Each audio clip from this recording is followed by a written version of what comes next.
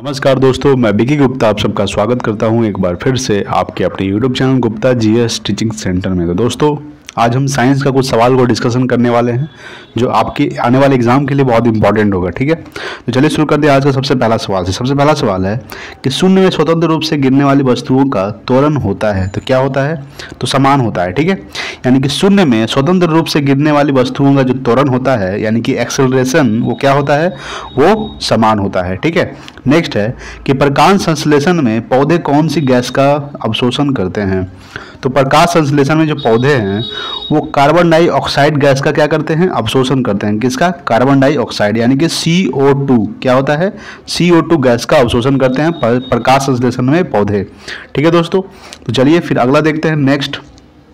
Next है कि खींची हुई धनुष में, देखिए अगला सवाल जो है कि खींची हुई धनुष में संचित ऊर्जा होती है तो वो होती है स्थितिज ऊर्जा। यानी कि खींची हुई धनुष में कौन सी ऊर्जा होती है? तो स्थितिज ऊर्जा होती है खींची हुई धनुष में। नेक्स्ट है कि किसी भी स्थिर या गतिशील वस्तु की स्थिति और दिशा में तब तक कोई परिवर्तन नहीं होता जब तक उस पर कोई बाहर बल सक्रिय ना हो। यह न्यूटन के गति का प्रथम नियम है।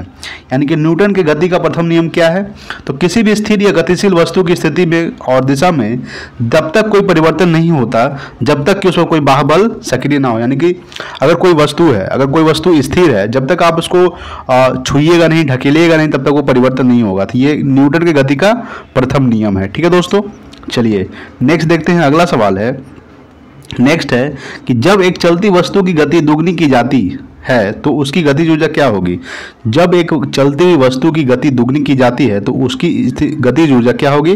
तो 4 गुनी बढ़ जाती है। क्या होती है? 4 गुनी बढ़ जाती है गतिज ऊर्जा।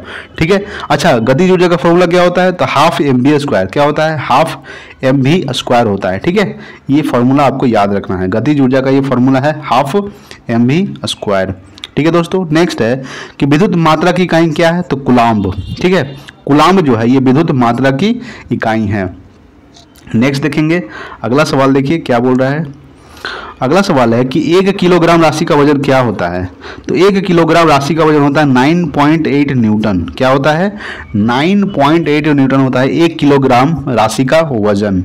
नेक्स्ट है कि एक्सरे के खोजकर्ता कौन थे? तो रॉन्टजेन जो है एक्सरे के शोधक है, यानी खोजकर्ता है। रॉन्टजेन जो है एक्सरे की क्या है? खोज करता है। ठीक है, नेक्स्ट है कि नाड़ी गति द्वारा डॉक्टर ज्ञात करता है तो हृदय की धड़कन। ठीक है, नाड़ी गति द्वारा डॉक्टर जो है हृदय की धड़कन को ज्ञात करता है। क्या ज्ञात करता है? तो हृदय की धड़कन। ठीक है दोस्तों, चलिए नेक्स्ट है कि हम 1 मिनट में कितनी बार सांस लेते हैं? तो हम लोग जो है 1 मिनट में 16 से 18 बार सांस लेते हैं। कितनी बार? 16 से 18 बार सांस लेते हैं हम लोग 1 मिनट में। नेक्स्ट है कि नाड़ी स्पंदन मात्रा मापक कौन सा है? तो वो है गति। नाड़ी स्पंदन मात्रा जो है ये मापक करता है किसका? तो गति का। नेक्स्ट है कि एक्सरे किरण पार नहीं कर सकती तो हड्डी को, यानी अस्थि को जो है एक्सरे किरण पार नहीं कर सकती। ठीक है, किसको पार नहीं कर सकती? एक्सरे जो है हड्डी को यानी कि अस्थि को पार नहीं कर सकती है। और एक्सरे का खोज किसने किया था? तो एक्स किरणें का खोज किया था रॉन्टजेन ने। ठीक है दोस्तों, चलिए नेक्स्ट है कि अगला सवाल देखिए। अगला सवाल क्या बोल रहा है? अगला सवाल है कि SI इकाई में लेंस की शक्ति की इकाई क्या है? तो डायोप्टर। ठीक है, यानी कि लेंस की शक्ति का SI मात्रक क्या है? तो डायोप्टर जो है ये लेंस की शक्ति का SI मात्रक है। नेक्स्ट है कि DOS का अर्थ क्या है? तो डिस्क संचालन प्रणाली। क्या होता है? डिस्क संचालन प्रणाली। ये DOS का क्या होता है? DOS का अर्थ होता है। ठीक है, चलिए नेक्स्ट देखते हैं। अगला सवाल देखिए क्या बोल रहा है। अगला सवाल है कि पौधा स्थितिज ऊर्जा को गतिज ऊर्जा में परिवर्तित करता है श्वसन क्रिया द्वारा। ठीक है, पौधा जो है स्थितिज ऊर्जा को गतिज ऊर्जा में परिवर्तित करता है श्वसन क्रिया द्वारा। नेक्स्ट है कि एक प्रकाश वर्ष बराबर है तो 9.46 × 10⁻15 मीटर या 9.46 × 10⁻12 किलोमीटर के बराबर होता है। यानी कि एक प्रकाश वर्ष अगर आपसे मीटर में पूछे तो 9.46 × 10⁻15 मीटर, या फिर आपको किलोमीटर में पूछे तो 9.46 × 10⁻12 किलोमीटर। ठीक है, चलिए नेक्स्ट देखते हैं अगला सवाल। देखिए अगला सवाल है कि मानव शरीर में क्रोमोसोम की संख्या कितनी होती है। तो मानव शरीर में क्रोमोसोम की संख्या पूछे तो 46 होती है। अगर आपसे जोड़ा में पूछेगा तो 23 जोड़े होते हैं। कितने जोड़े होते हैं? 23 जोड़े। अगर नॉर्मल पूछे तो 46, जोड़ा में पूछे तो 23 जोड़ा। नेक्स्ट है कि मैनोमीटर का उपयोग किया जाता है तो दाब मापने के लिए। ठीक है, मैनोमीटर का जो उपयोग है ये दाब मापने के लिए किया जाता है। नेक्स्ट है कि हैलोजनों में सर्वाधिक प्रभावशाली ऑक्सीकर्ता क्या है। तो देखते हैं। देखिए हैलोजनों में सर्वाधिक प्रभावशाली ऑक्सीकरण करता है फ्लोरीन। क्या है? फ्लोरीन जो है हैलोजनों में सर्वाधिक प्रभावशाली ऑक्सीकरण करता है। क्या है? तो फ्लोरीन है। ठीक है, फ्लोरीन का संकेत क्या होता है? Fl। ठीक है, चलिए नेक्स्ट देखते हैं। अगला सवाल देखेंगे। तो देखिए दोस्तों अगला सवाल क्या बोल रहा है हमारे पास। तो अगला सवाल है कि शून्य में स्वतंत्र रूप से गिरने वाली वस्तुओं का त्वरण क्या होता है। तो समान होता है। ठीक है, यानी कि शून्य में स्वतंत्र रूप से गिरने वाली वस्तुओं का त्वरण यानी कि एक्सेलरेशन समान होता है। ठीक है, ये तो आप सीख गए। नेक्स्ट है कि खाद्य ऊर्जा किसके द्वारा प्रदर्शित की जाती है। तो कैलोरी द्वारा। ठीक है, खाद्य ऊर्जा जो है ये कैलोरी द्वारा प्रदर्शित की जाती है। ठीक है, चलिए नेक्स्ट है कि ओजोन परत रक्षा करती है तो सूर्य की पराबैंगनी किरणों से पृथ्वी की, यानी कि सूर्य की पराबैंगनी किरणों से पृथ्वी की कौन रक्षा करती है। तो ओजोन परत रक्षा करती है। ठीक है, नेक्स्ट देखेंगे। अगला है कि एक वस्तु का जड़त्व निर्भर करता है तो उसके द्रव्यमान पर। ठीक है, एक वस्तु का जो जड़त्व है उसके द्रव्यमान पर निर्भर करता है। किसके द्रव्यमान पर? तो उसके द्रव्यमान पर। ठीक है, द्रव्यमान यानी कि मास। ठीक है, मास यानी कि द्रव्यमान। ठीक है, नेक्स्ट देखेंगे। अगला है कि डेक्टिलोलॉजी यानी कि किसको सूचित करता है। ये तो बघीरों को सूचित करता है। यानी कि डेक्टिलोलॉजी जो है ये बघीरों को क्या करता है? इंडिकेट करता है, सूचित करता है। नेक्स्ट है कि फैराड की इकाई है धरिता। ठीक है, फैराड की इकाई क्या है? तो फैराड की इकाई है धरिता। फैराड की इकाई है। नेक्स्ट देखेंगे। अगला सवाल देखिए।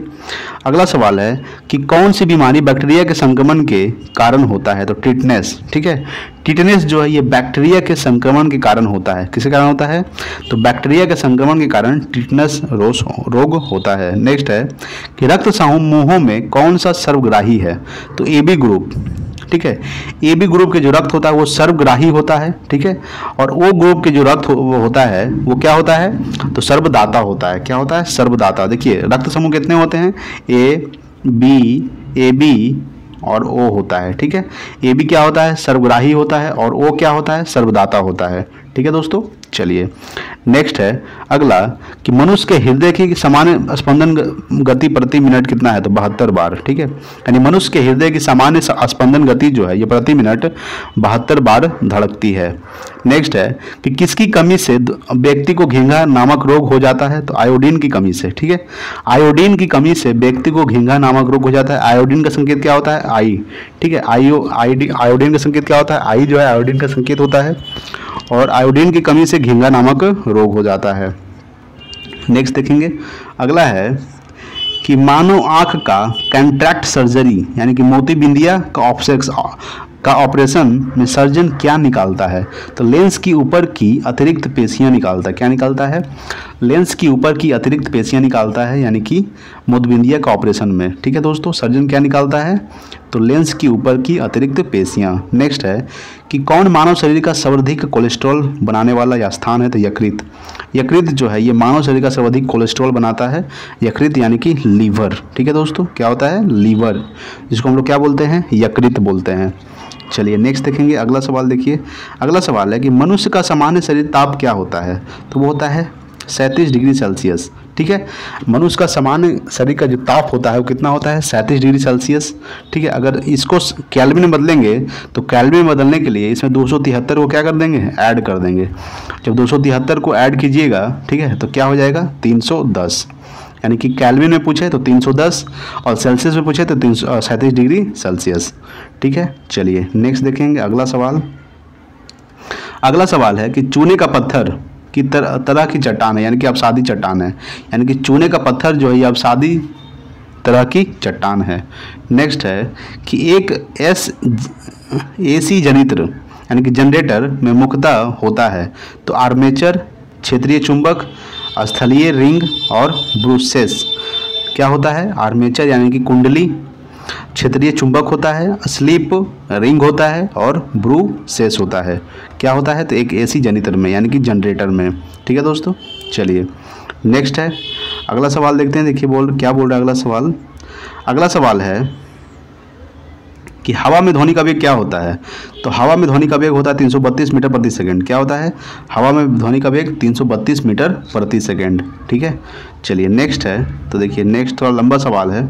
सवाल है कि एक मैकेनिक एक पीतल के प्लग को एक स्टील की प्लेट जिसके मध्य में एक छेद है में कस कर लगाना चाहता है। इसकी अच्छी पकड़ तब होगी जब पीतल का प्लग ठंडी और स्टील की प्लेट गर्म की हो, मतलब गर्म की गई हो। यानी कि पीतल का प्लग ठंडी और स्टील की प्लेट गर्म की गई हो, तब क्या होगा? तो जिसके मध्य में एक छेद है में कस कर लगाना चाहता है। इसकी अच्छी पकड़ तभी होगी जब पीतल का प्लग ठंडी हो और स्टील की प्लेट गर्म की गई हो।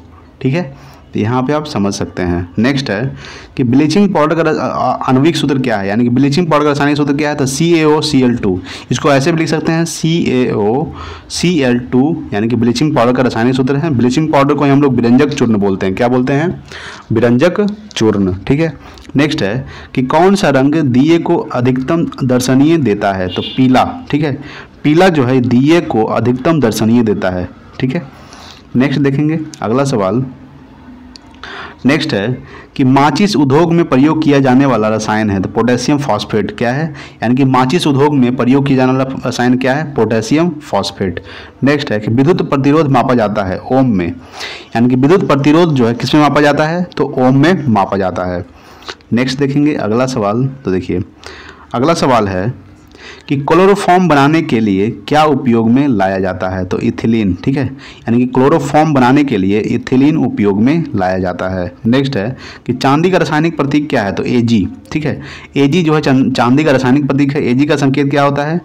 यानी कि Ag का संकेत तो चांदी का संकेत Ag होता है और Ag का परमाणु संख्या यानी कि एटॉमिक नंबर 47 होता है। ठीक है, चलिए नेक्स्ट देखेंगे अगला सवाल है कि जितनी ऊंचाई आवाज़ उतनी ही ऊंचाई होगी उसकी आवृत्ति। ठीक है, क्या होगी? यानी कि जितनी ऊंचाई उसकी आवाज़ होगी उतनी ही ऊंचाई उसकी क्या होगी? तो आवृत्ति होगी।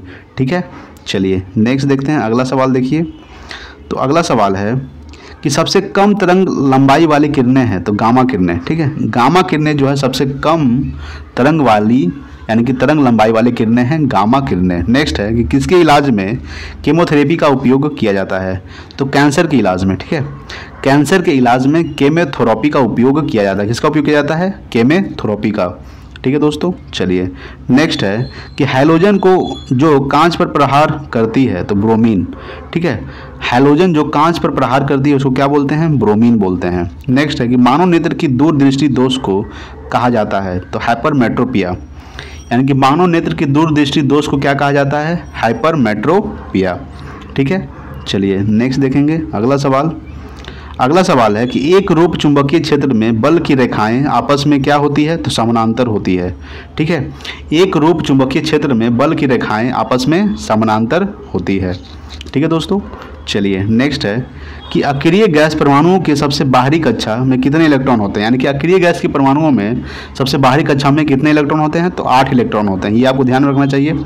अच्छा, अक्रिय गैस कितने होते हैं? तो अक्रिय गैस 6 होते हैं। कौन कौन होते हैं? Helium, neon, argon, krypton Kr। ठीक है, हीलियम से He हो जाएगा, नियॉन से Ne हो जाएगा, आर्गन से Ar हो जाएगा। ठीक है, क्रिप्टन से Kr, रेडॉन से Rd और जेनॉन से Xe से क्या होता है? जेनॉन। यानी helium, neon, argon, krypton, radon और जेनॉन, यानी कि 6 अक्रिय गैस होते हैं। ठीक है, चलिए नेक्स्ट देखेंगे अगला सवाल। ठीक है, तो देखिए अगला सवाल है कि एक चलती हुई कार और एक रेल इंजन दोनों में समान गतिज ऊर्जा है, किसका संवेग ज़्यादा होगा? यानी कि रेल इंजन का। यानी कि एक चलती हुई कार और एक रेल इंजन दोनों में समान गतिज ऊर्जा है। यानी कि समान क्या है? गतिज ऊर्जा है। इसका संवेग ज़्यादा होगा तो रेल इंजन का संवेग जो है सबसे ज़्यादा होगा। ठीक है दोस्तों, चलिए नेक्स्ट है कि साधारण मशीन की क्षमता सामान्यतः दर्शाई जाती है तो किलोवाट में। ठीक है, साधारण मशीन की जो क्षमता है ये किलोवाट में दर्शाई जाती है। ठीक है, चलिए अगला देखते हैं दोस्तों। आज के लिए इतना ही। मिलते हैं अगले वीडियो में, तब तक के लिए जय हिंद, वंदे मातरम।